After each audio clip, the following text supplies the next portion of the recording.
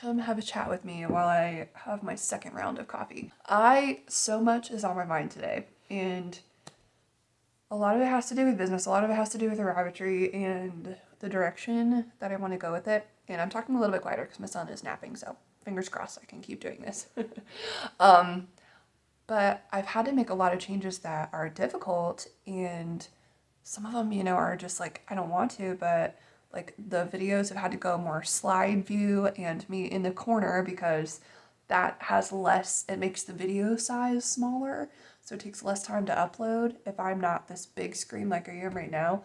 Um, and so that was a change that I had to do that almost makes you feel less than in business. And also with the big one with the Rabbitry is I'm thinking, number one, of changing the Rabbitry name, which if you haven't known or been around long enough to know that I have gone by the name Leah's Lovely Lops for a long time, since 2009.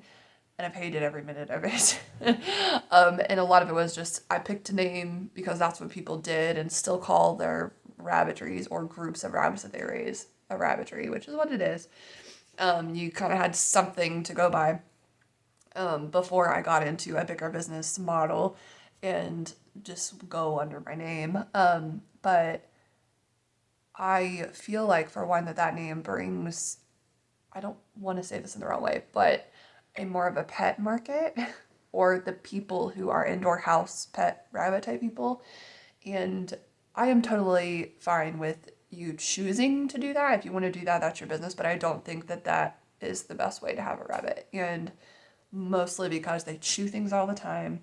They drop turds everywhere. They'll destroy your house, all of that kind of stuff. And it's just, they're not meant to be a free roam house animal. I've had a lot of people willing to fess up and admit it to me in private. But it's not what gets the clicks these days. It's not what gets people's attention or people to ooh and ah. And that right there is kind of where I almost want to give up on the Rabbitry. I am not an ooh and ah person. I think of them as like farm animals. They're a little bit above the chickens, but they're not to the level of like a house dog kind of thing. And I don't want to say I feel less than because of it, but I also feel out of place.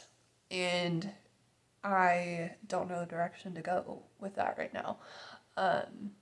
What I'm considering is, a lot of the reasons for changing the name though is to broaden it in order for me to be able to fit other animals underneath it, which now that we have the property, that's an option anyways. And then being able to, I don't want to say drop them, but at the very least, enhance the marketing side of them and the presence of them in allowing me to present more as a farm instead of having, or me feeling like I'm having to put this like this ooey gooey, heartfelt, soft vibe that a lot of the rabbit raisers are doing these days. That is not me. I will never be able to do it. And if I have to do that in order to make sales, I might as well quit now. And that might seem harsh for some people, but I personally believe that we are supposed to be financially stable and drive income to support the animals that we do have and to be able to be financially secure for them. I don't think there's anything wrong with generating income, raising the livestock that you do.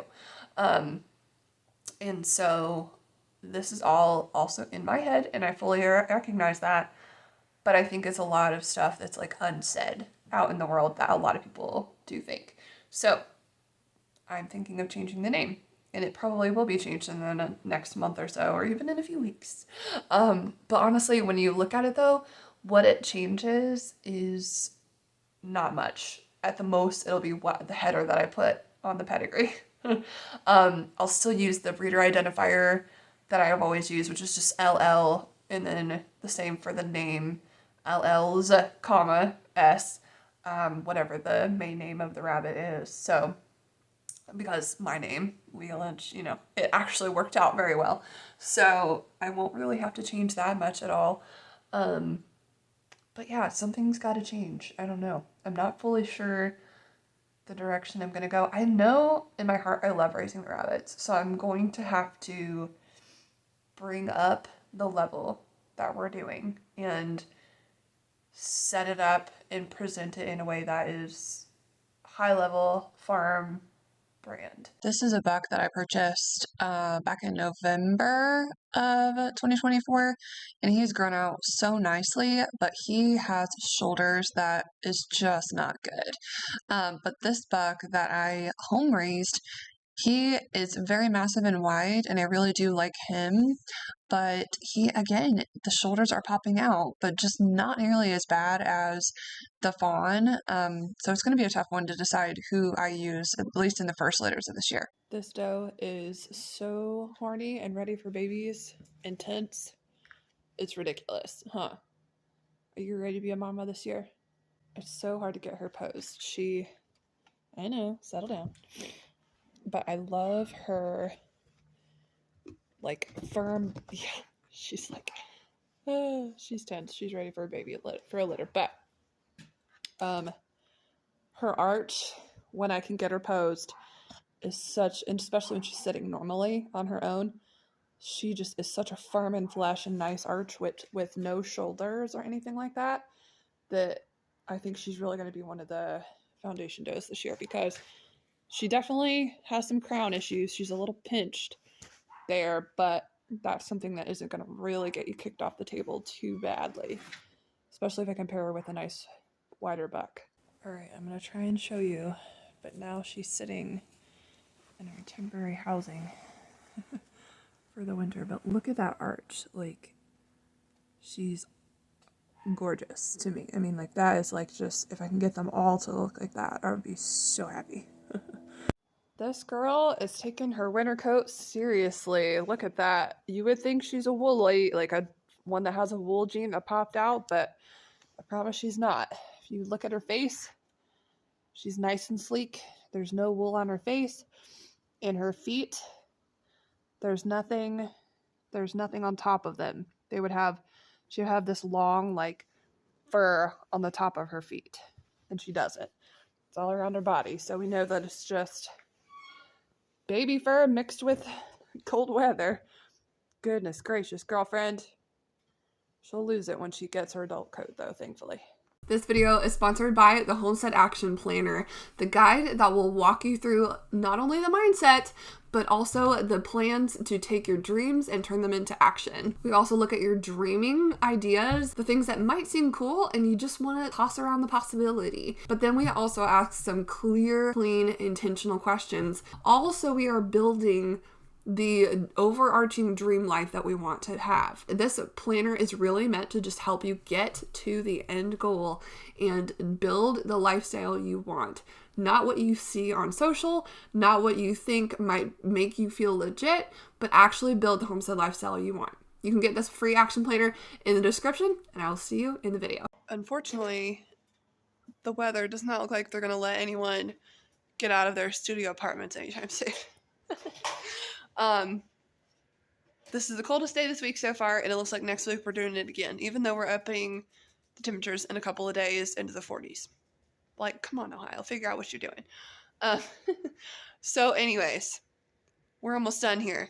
But the only reason I don't love having this kind of setup is the cleanliness is difficult. But these scrapers, grill scrapers and hand trowels from the garden are going to be your best friend. But we're making do. It's a little bit of a train wreck in here, but we're okay. But you just got to keep at it. Yes, Ava? Are you talking? Do you want to talk to the camera? Can I switch it around? Are you watching? You like quit talking and give me my dinner? Yeah? That's the other part I do not love about barns is cobwebs are just miserable.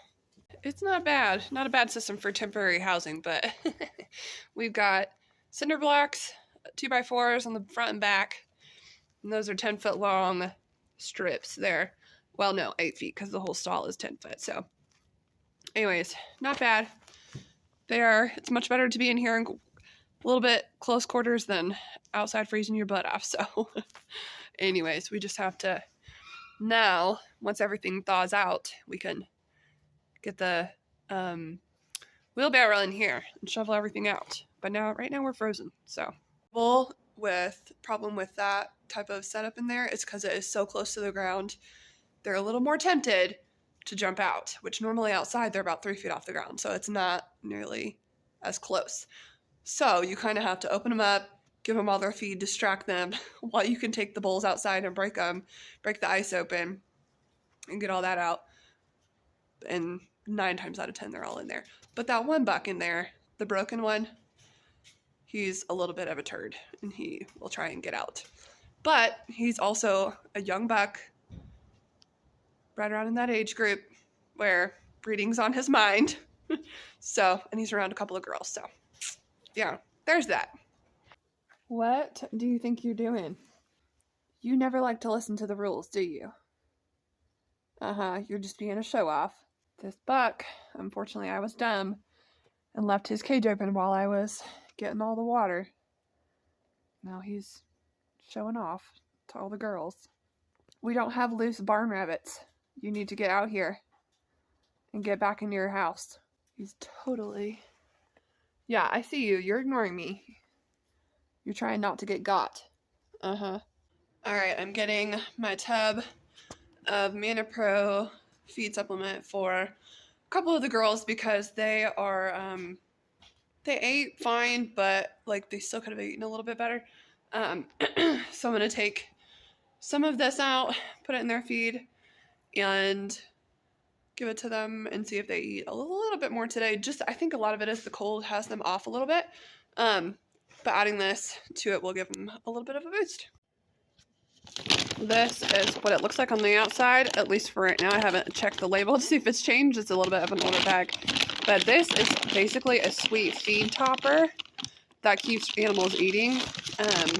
And it's done really well for the rabbits that just kind of, they have a day that's a little rough and they don't want to eat. For my French slops, I'll just do a handful about that and then mix it in their feed. And so that gets them eating. So you can see it mixed in there a little bit with her food there, but I don't leave it just plopped on top because I want them to like sneak the pellets that they're supposed to be eating. The thing you have to really watch with this kind of stuff is, since it is a sweet feed, basically, you cannot and should not give it to them very often because it is basically like a treat. So I just give it to them when it's necessary. Some people put it on their feed all the time. With rabbits, they can get in basically what we joke about is bunny crack, to where they want a particular thing. That's all they're going to be willing to eat. And I've had some, especially on this stuff, to go on strike basically. And one doe quit eating for 2 weeks because she only wanted that. And it's not a full ration and they won't survive on it. So rabbits are very, very fussy. You have to be very limited with the treats that you give them, whether it's pellets, food from the store, like the produce section, that kind of thing. I decided to get out and start walking to see if my nose would settle down and not be sitting in there with barn hair and hay. Then I think the 2 foundation does, maybe the 3rd, will be Maggie, if she can produce another good litter this year. She is absolutely gorgeous, like one of my absolute favorites. Her mom was the same way. I have Brooke, who is her daughter, and she is a carbon copy of her. But Maggie's older, so I don't even know if she'll produce a good one or not. But Willow is also another really nice doe.